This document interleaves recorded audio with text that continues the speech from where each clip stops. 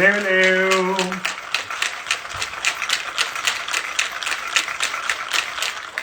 Hi, thanks for the waves. Hi. I thought I would start us shaking and get us going so we could give us a little time to get started. Hey, thank you for joining. Hello.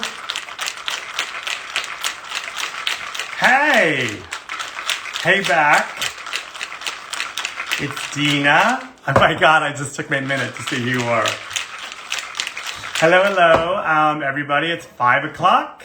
Welcome to Get Sauced. I'm Rob Ruggiero, the producing artistic director of Theater Works Hartford. Welcome to my kitchen. Hey. Tonight, while we're waiting for people to gather real quickly, I'm having a cucumber mint martini. I've been shaking. For those of you who follow, you have to shake it at least 100 times. I know people think I'm crazy, but love it ice cold. There we go. And so I actually put some mint and cucumber in the drink too. And so cheers, happy Thursday. Okay, so let's get started.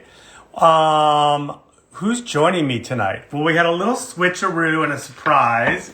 For those of you who follow my own Instagram, you kind of saw that. So it's really exciting news. My guest tonight is the playwright of our upcoming workshop project called Talkin' to This Chick Sippin' Magic Potion. We'll find out about that title in a few minutes. He is the recipient of the 3rd annual Horton Foote Playwriting Award. He's also one of the inaugural playwrights to receive a commission from Audible's Emerging Playwrights Fund. He's a 2018 MacDowell Fellow. Please, there he comes. Please welcome James Anthony Tyler, an amazing playwright. Hopefully he's coming on. There he is. What's up? What's up? How are Cheers. Cheers. What are you drinking? I have some Bullet Rye. All right. Yeah, right there. And you know, no rocks or anything. No rocks. Oh, look at, I gotta grab this. Look what I have over here, but for later. Oh, nice. I also like to use it in my cooking. So thank you for coming on. Of course. You were coming on, and then you weren't coming on, and then you actually Awoye had a last minute thing. So we are so grateful and excited that you're here. Thanks for having me. I'm excited to be here. I know nothing about IG and IG Live, so I had to have a quick tutorial. Thank you, Tanisha and Michael, for hooking it up. I'm actually on Tanisha's account. I know. It's so awesome. Well, maybe we'll welcome you to the world of social media. It's a lot of fun. But listen, we are going to share this out for those people who are not on IG. So like our patrons will get a chance to hear from you. And I have to say that one of the gifts of this project was meeting you. I really mean that. I really felt like an immediate friend, and your energy as a guiding light is pretty amazing. So I'm so glad you're here. I appreciate that. You know what? I've been preaching I had my first class at NYU yesterday. I'm teaching playwriting 1 there, and my first lesson to them was being kind to themselves as writers. And so I'm glad you said that. I'm going to be kind to myself, because I also get in the habit of, oh, no, I'm not that, But it's nice to hear that I brought some nice energy. And you also brought nice energy, all of you at Theater Works Hartford. I'm so happy to be working with you all. Well, I would be remiss if I don't shout out one of your #1 fans, my artistic producer, Eric Ort, who has been a champion of your voice and really kind of made this whole dance happen. So I'm sure he's thrilled that you're here. And we filmed it forever ago, like December, right? Oh, it felt like a lifetime ago, right? So much has happened since then that it seems like it was like another world we were in. Yeah, and thank you for letting us pivot the streaming until February. Yeah. And we all know that streaming starts this weekend. Yeah. And we thought, which what happened at the Capitol and the inauguration, that, we took this institutional time, this breath to reflect, to Yeah. do some work, and to kind of heal from some of that. Yep. But we got a lot of really productive work done in that time, in self-reflection and group reflection, and then also in a work mode, kind of catching up. And we wanted to make sure your amazing play could be received in a less urgent time. So we Yeah. hope and think you felt you were taken care of. So Thank you. And I'm happy to hear that because we all just need to be reflecting on all that's going on in the world. I mean, it's why we do what we do as artists. So we're always serving and trying to reflect and hopefully trying to be better. So I want to talk about Magic Potion, as we call it. But before we do, I'd love to tell you, for being a playwright, in a world where live theater is basically not happening and Hmm. we're streaming, and this is a workshop series project, so it's part of a space for artists like yourself to work on and develop pieces. But broadly, what's it like being a playwright at a time where not a lot's being produced on stage? You know what? It has been just so wild. I guess I can describe it that way because when the pandemic first happened, I had a few projects on my plate, but there was a lot of days just in bed watching the news and trying to, figure out life. And then the end of summer happened and all these projects kind of like fell into my lap. And so I've been like super busy juggling projects, which has been nice because it's, you know, uh, just an opportunity to really, really figure out the things that are important to me that I would like to see on the stage. And also, I guess, in the audio play space, because two of the things I'm working on are ended up being audio plays. Right. It's, it's what you all were doing, reflection. Right. And What, it's in a way, the space it's created as artists, whether it be a director, a designer, an actor, even, or a playwright like yourself, because we were like, in before we were all like kind of linking them all together and like trying to figure out how to manage them all. And there is a little bit of a gift, although the kind of keeping ourselves living, right, is like challenging. yeah. But the idea of giving the art more space and more focus is Mhm. really been a gift, I think. I think so too. I think, there was times where, of course, I think most playwrights and artists go through this. You kind of doubt your own voice. And it's so funny because anytime I'm teaching, I'm like, stick to your own voice. And I've been told many times by mentors that, your voice matters. Don't try to look this way and see what that writer's doing or that way and see what that writer's doing. But you can forget. And I think the pandemic forced a slowdown in the beginning where I could really focus on my own voice and being confident in my own voice and the stories I like to tell and the characters that I want to see on stage. Oh. And we love Magic Potion. I keep wanting to like go there, but I want to ask you two more things. Yes. What do you think, like, what are you looking forward to on the other side of this? I want to stay on like pandemic world. Like, as in, we know we're hopefully, knock wood, like in the New York Times, Dr. Fauci said, most likely it's sometime in the fall, Yeah. sees performing arts coming back. So, Mhm. we all know that I think if anybody really thinks about it, it's not going to snap back to like what it was. So as a playwright, what are you looking forward to working on? Like, do you want to go back to like, I want to do more plays when they're live on stage, or has the virtual world opened up doors or are ideas for you? The virtual world has opened up ideas, but I also am just a fan of being in a communal space with people creating work. So I am really looking forward to the days where we can all be in a room together, putting something up on its feet and having conversations with costume designers and lighting designers and my director and actors. I can't wait for us all to be back in the space. Yeah, Yeah. there's something that I'm starting, we kind of like all were shocked, kind of regrouped. And like of late, I mean, I'm very proud of the virtual work we're doing, Yeah. the work on new work, but I've been really sort of grieving or missing like live experience. So Hmm. I mean, it's just with the promise of vaccine and at least a light at the end of a tunnel, Yeah. I can't wait to be back in a communal space because that's what is the heartbeat of theater really is sharing live art together in a room. But Yeah. there's lots of other opportunities that I think will linger in some ways for the virtual audience, shall we say.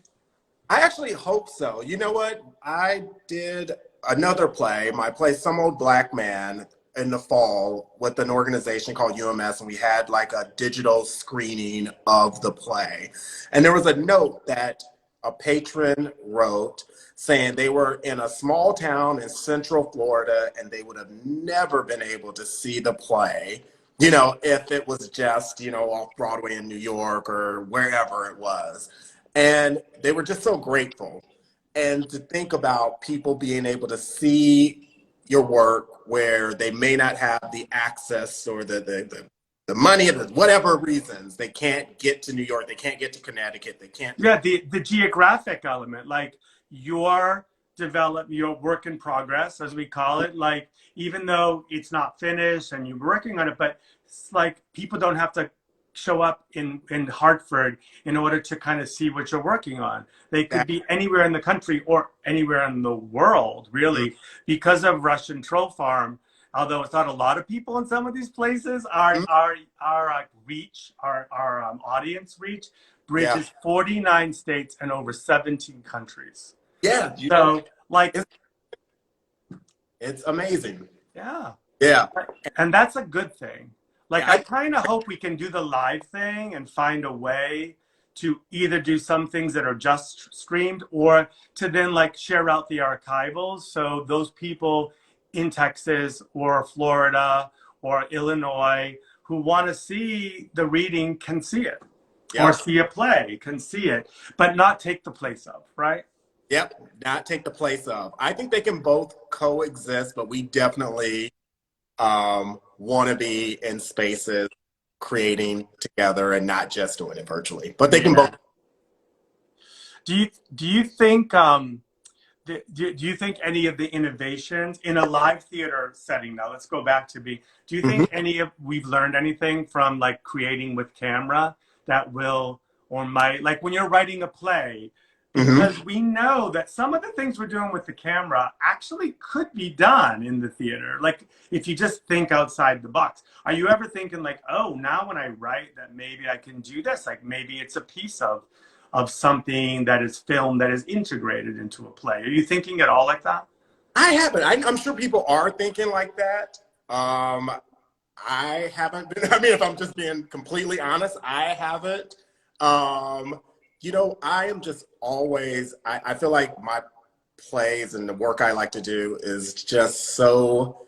I'm more interested in characters and their relationships with each other and clarity and specificity. Oh my God. The Yeah. theatricality stuff can, then make its way into the piece. I hope they're theatrical, but Yeah, and I love that about like, you can see that in your writing and you can feel it in Magic Potion. One of our staff was like texted earlier that we got the privilege as a staff in all over the place to watch the first read of the work you began on Magic Potion. And I think across the board people were like blown away by a first read. wow. And I think it's because you come at things that way. That's how I love to do it in terms of directing too. Like start with the relationships, the behavior, and using those to tell the story versus, leading with plot or leading with theatrics. And Mhm. I love that about you and your work. Thank you. Speaking of it, before we get into Magic Potion, Okay. we have a little pop on guest. This is your first Get Okay. Sauced. I All hope they tutored you well. So I'm right. gonna like bump you off, but if you think about it, ask to come back so I don't have to look for you. But we're Okay. gonna bring on one of the actors Sounds for good. like 5 minutes, and maybe they'll say something good about you. I'm sure they will. Okay. And then I'll bring you back on, and we'll talk about Magic Potion. Sound All good? right. I just All hit. right. Don't go away. Have a couple of sips. All right. All right. Bye. Okay. Okay. Let's see. Hopefully, our guest is there. Let's see.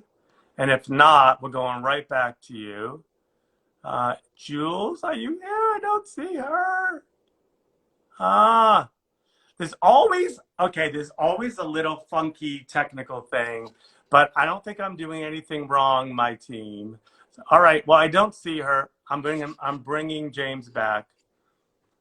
Jules, if you're there or somebody text me, um, I was looking for Jules Latimer. She's one of the fabulous actors in the show. So I don't know if I did something, but I'm like you, but I didn't see her and I looked a little. Oh, So I'll look for my team to shout out if she's okay. there.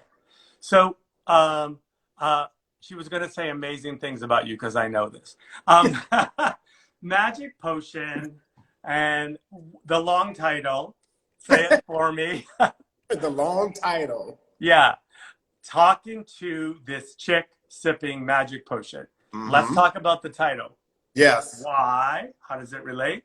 It relates because um, that moment changed everything for our protagonist.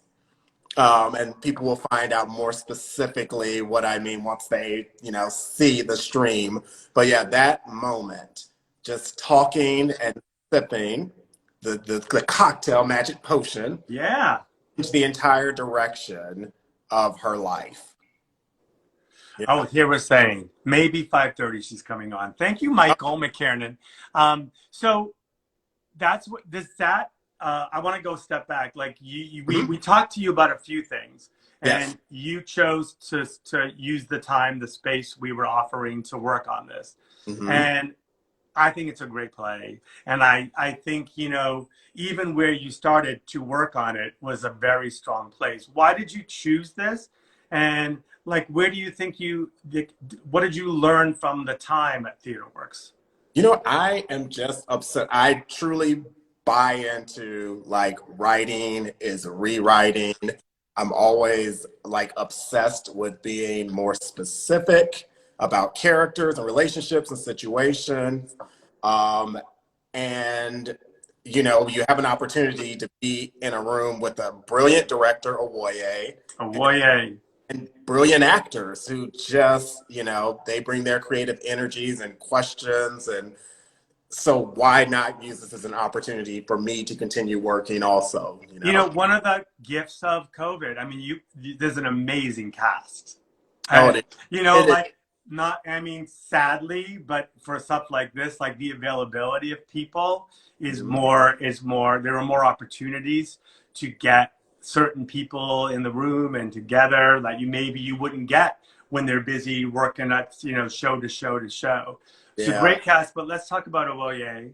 Owoye Timpo, the director, and another one who is a gift of me, like engaging with her.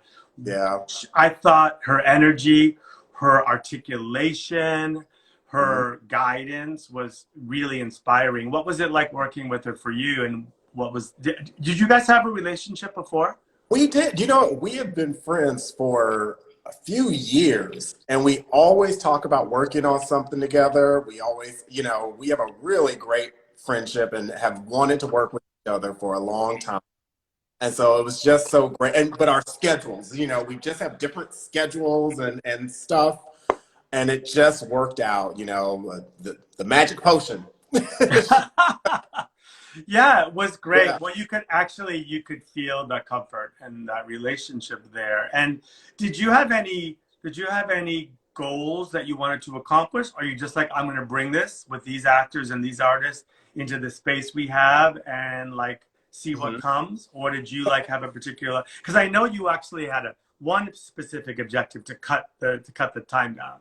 Yep. I wanted to cut the time down because and you know what? There's just some things you feel about plays. I just felt it in my bones that this is one of those plays that's 90 minutes. You come in, you watch this story, and then you go home and hopefully talk about, the more complex issues in the story. So yeah, definitely making cuts and again, specificity. I just believe the more specific a story is, I mean, I didn't make this up, so I'm not some genius here, but the more specific, the more universal a story will be. Yeah, and so for the workshop series, it's just to kind of give people watching who may not know is done completely remotely. You and Avoya worked remotely. You both worked with the cast remotely, and it was completely safe and remote. And it was very short. Ultimately, it's like a few days of table work or working around the virtual table, and then 2 or 3 days of filming, right? I think it's like Yep. 4 or 5 days total. Like I should know exactly.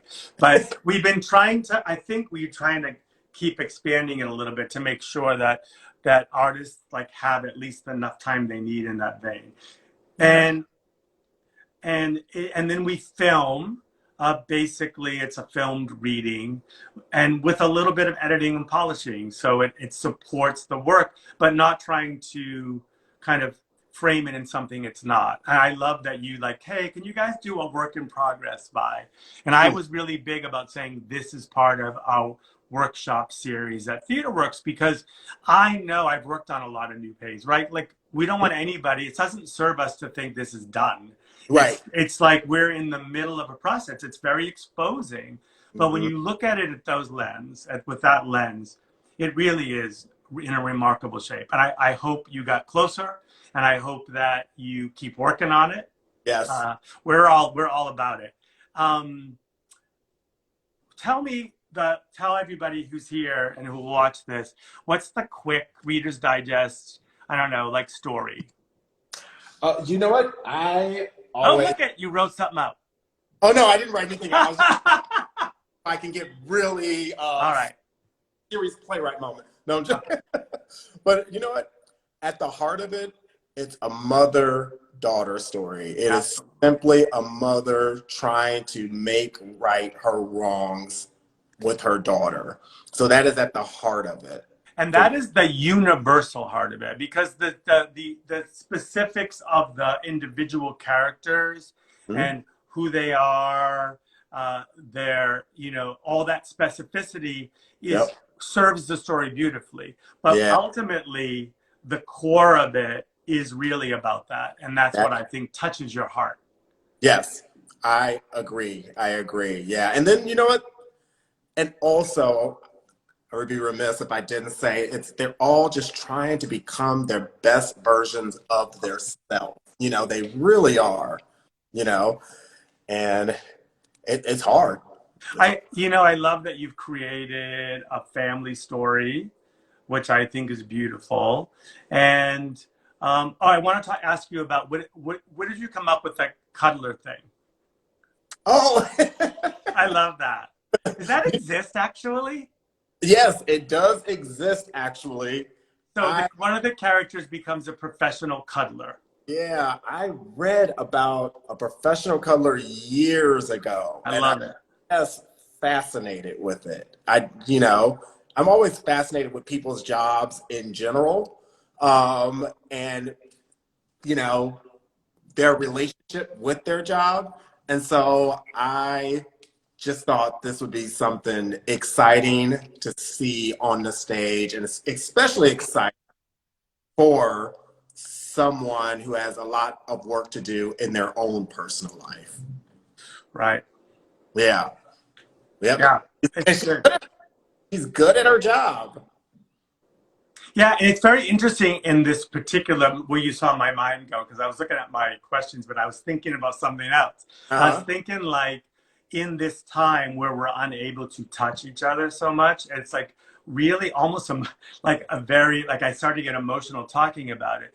The kind of, we're surviving, we do our things and all, but just the simple handshake, which maybe is gone forever. I don't know. Yeah. For a long time. but I'm Italian American, and like we're huggers, Right. and and if you are not in a relationship or Mhm. living with a family, you are Yeah. Yep. without kind of regular physical contact. Yeah, yeah, yeah. I've had a few friends who I know it was hard for them at the beginning of the pandemic because, they live alone or whatever, and they are, I mean, I live alone, but Yeah, I was with I my, me too. yeah, yeah. I was with my family for months. So, I was ready to live back alone. It was good. No, I was like, should I ask? Yeah, there's only so much, right? You're there's like, only so much, and it was like a lot more than we usually see each other. You know what I mean? Because we're just busy with our everyday lives, and I was living in New York, and my family's from Las Vegas. But you know what? It ended up being a good thing, but there's only so much I was ready. It was months, and I was but ready. like in some way, like maybe going there and kind Mhm. of getting to that point made you appreciate your like quiet alone space a little bit more. Exactly, exactly. One of my board members, Grace, I don't know if she's watching, Grace Figueroa, like at one point we were all so stressed, like before the summer, and Mhm. she like made me go out and hug a tree because I was so stressed. We were figuring things out, and I remember she's like, Rob, Yeah. go out. I want you to go out. I want you to go for a walk, and I literally want Mhm. you to go hug a tree. And Wow. it actually opened up a world where it's been a little cold these Yeah. days, but I actually have been walking a lot more on average, like 2 to 3 miles a day. And it Yeah. just kind of clears my head before Yeah. work. And, there was that time where we were just afraid to go out. Yeah. Remember? Oh, I definitely remember. Yeah. I didn't know if you could go to the grocery store. I mean, it was unreal what we went through last year, you know? And it's like yeah, it was unreal Yeah. in like in the pandemic world we Hmm. dealt a lot with accessibility of audience, like connecting with audience, how we connect virtually, and we as an organization have had, I mean, I think reckoning is the right word, but we've really like finally asked about like how are we making our work accessible, and where we were not doing so great, where like we're actually, we're still finishing it, but the plan is this in path to have this reading have not only to have a signed version available, Yeah. and not and also closed caption, which what we've been doing. And we think about like we were so on this train, but what inspired that is actually the play, Oh, because I know it's not the main purpose of the play in any way, but one of the characters is a deaf character played by a hearing impaired actor. hmm. Was there an inspiration for that character? Was Because I know it's like not the intention of the play to address that. Yeah. What I love about it too, it just is. But Hmm. it's the first deaf character like that's ever been in our repertoire as far as I can remember. Yeah. Can you talk about that a little bit? You know what? I think a lot of it, I mean, what's so fascinating about the work that I do as a writer, or that us artists do in general, is that a lot of things can happen subconsciously. And so I do have a good friend from graduate school who came to see another reading of the play. And I know my friend, and I know his family. Both of his parents are deaf, and he grew up in that community, and we've had plenty of conversations about that community. So, I was writing this play, and this character came to mind, and I thought I was being, totally original and whatever, but I think now that I look back on it, it subconsciously came from those conversations with my friend, and knowing his parents, and from being around them, and I think that's how this character was birthed. Yeah. Of course, just like with a lot of characters, they just pop into your psyche, and I know it sounds strange and I sound like a lunatic, but the You characters really, don't.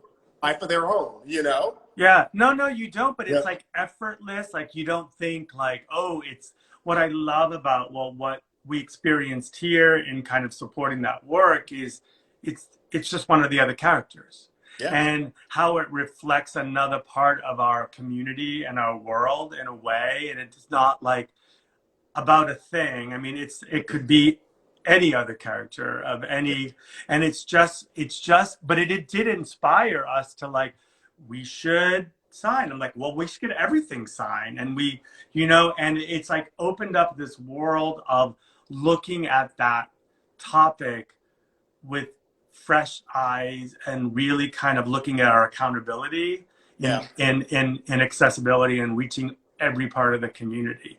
Yeah. It's a hard journey, but it's also really inspiring and it's pushing us to be better. So thank you for that. I mean that. Um, do you think that that's like we were saying here, that we realized that we were kind of out of alignment with our efforts in there, and that you think that this is something that's happening across the country now that doing virtual theater, we had to like, how do we reach the audiences, how do we reach all audiences? It Yeah. again made us reflect on the topic, the work. Do you think that that's something that's going to be happening or is happening and will remain happening as we transition back? You know what? I hope so. I I really do hope so. Uh, I mean, for sure. Sometimes I could be pessimistic about these things, but I'm sure there's are people doing the work and they want to do the work and they want to do the right things. So the pessimistic me is hopeful that that is happening and that type of, you know, thinking is happening when people start to plan our life post pandemic in the theater, you know? yeah, I Yeah. hope so. I agree. Listen, Jules is here.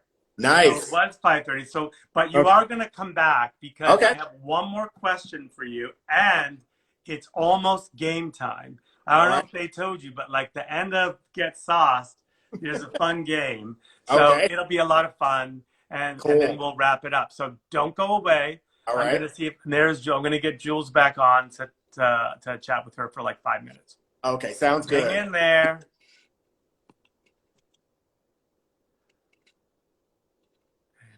Hello. Okay. Okay, hang in there. And there she is. Yay. Well, that worked out okay. Thanks, Michael, for the info. Hey, Hey, how are how you- you, Jules Latimer? I'm good. I'm in the middle of moving right now, but I'm chilling. So Tanisha like strong arms you into coming on now. She's good about that. She's real good about that. Hit me up middle of the night. But I love Tanisha. She's the best. James just said, "Hey, I got to go back because I want. First of all, what are you up to? And since we did all the rehearsing and recording in December, what have you been up to?" So man, that feels like such a long time ago. We've been moving and shaking. Um, Moving, good. moving. We've been moving in the same spot because I actually booked a TV show. So I'm going up to Canada to go film that like in a week. Wow, Actually, no, congrats. it's actually 5 days, so I'll be there in like 5 days. And then yeah, I'll be up there for about 4 months and then I'll be back down here, or I might be heading out to New York to go do some other stuff that's not announced yet, but yeah. All right. So since James is our guest and he says hi, what was it like working on Magic Potion and having James like there, the playwright there with you the whole time? Well, I love James. I love James so much. I'm always glad when he sends me an email. I'm always like, of course, duh.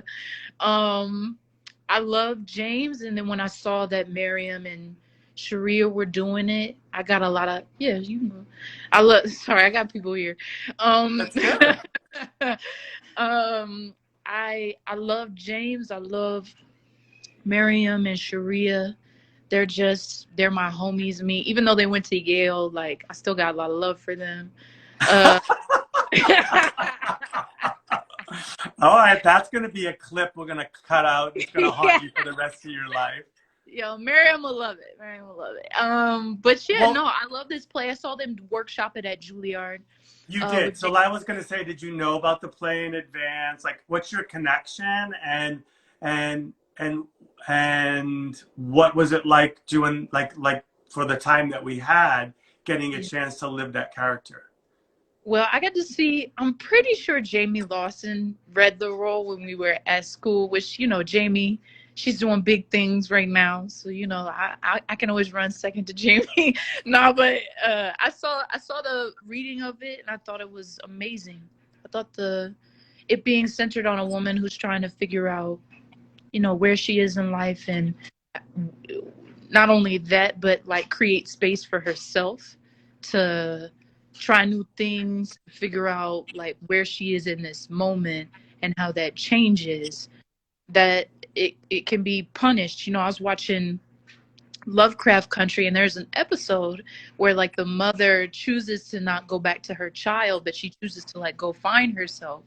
And like here in this play, it's like distilled in this moment where like she's just living in chaos.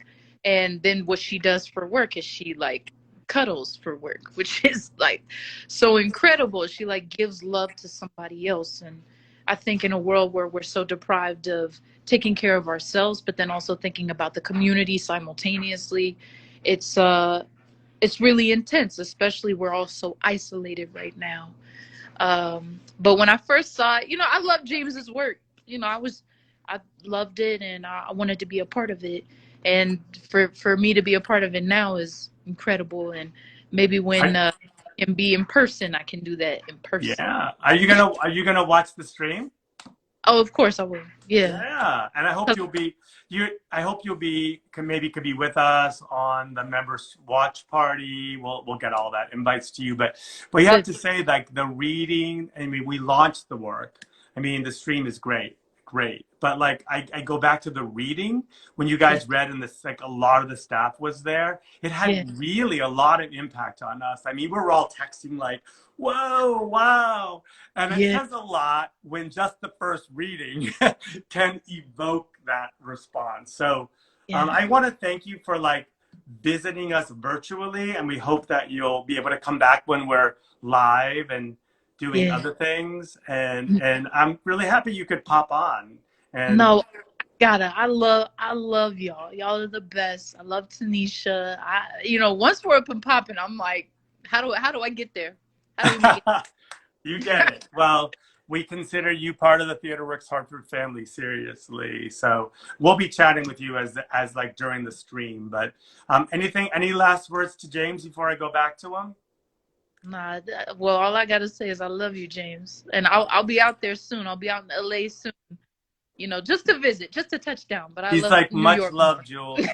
All right, I'm sure we'll hopefully see you next week for the member watch party. Hope you can. Tanisha will be in touch. Sure. Maybe. Oh, we just lost you. Are you there? Yeah, I'm here. You got me. Oh, I didn't hear the last thing you said. I said, yeah, just I'll check my calendar again, but yeah, I'll be there. Hopefully, I'm flying out on the 9th, but we'll figure that out later. We don't have to talk about that now. All right. See you later. Thank you. Be safe. Okay. We'll get back to our guest and wrap up with game time. But I have one more question for James. All right. Oh, there it is. I love it. Toast to her. Toast to Jules. I mean, she is, love her. It says a lot when artists speak that highly of each other. So, and she's amazing in the stream. So I hope everybody watches. Before we do the game, all right, what are some stories, we always have to ask, but what are some stories that you haven't told that are like moving around in that head? Oh, man, that's a great question. Or let me ask you this, like what usually inspires stories? Sorry. You know what? I have been, like, I always want to tell more stories about Las Vegas, where I grew up, and specifically about Black and brown communities in Las Vegas, because I remember when I first left Vegas for college, or anytime I go anywhere, they're like, "What? Black people are in Las Vegas?" I'm like, "Yeah, we're Black folks in Las Vegas. There's Black community. There's so I always want to tell more stories about my hometown." Yeah, that's awesome. Well, right, keep a writing, and I hope you feel the connection that we felt, and I do want to bookend my thanks to both my team, Tanisha and Eric. But Eric, your number one fan. I have to thank him because he really and like you were all that. So you're all that. All right, here's the game. Ready? What a way to make a living. Okay, is the game. Okay. Jornay, the central character in Talking to This Chick Sipping Magic Potion, has been fired from her job as a yoga instructor, as we know, and takes up an unusual line of work. So we're going to play this game on what a way to make a living. Okay. And it's basically multiple choice, so it's good. All right. Let's see how you do. So here's the first question. We are familiar with the idea of flavorists and smell testers, beer and wine tasters, but which of these is a prominent enough job to be logged by the Bureau? Rabbit food taster, fish food taster, dog food taster, cat food taster. Which one is popular enough that the Bureau has logged it? I'm going to go. I feel like we are a country that loves our dogs, so dog food taster. Oh. Yes! 1 for 1. Here we go. All right. Which of the following jobs keeps people in Utah employed? Okay. My neighbor. Jobs. Snow sifter, which is at Deer Valley, sifts impurities. So snow in public areas is always clean. That's what this is, a snow sifter. Okay. Dark sky defender, those superheroes that work to prevent light pollution. Mm-hmm. Salination enhancer, keeping the Great Salt Lake great, sorry, Eric did the game. But Okay. like salt, caffeine drug tester to make sure that Mormon elders are not drinking coffee. But basically, which of these jobs keep people in Utah employed? Snow sifter, dark sky defender, salination enhancer, or caffeine drug tester? Ooh, this is a hard one. I'm not going to go with that last one. But You are? no, I'm not. I think it's the Great Salt Lake one. Dark sky defender is the correct answer. Really unusual.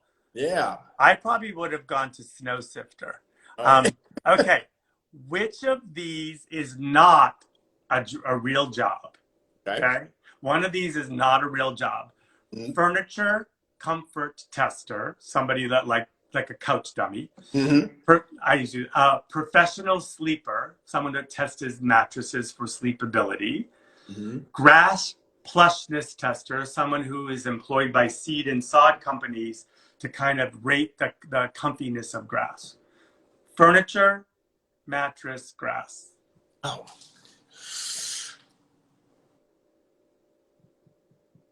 You know what? That grass one sounds so wacky that it must be someone's job.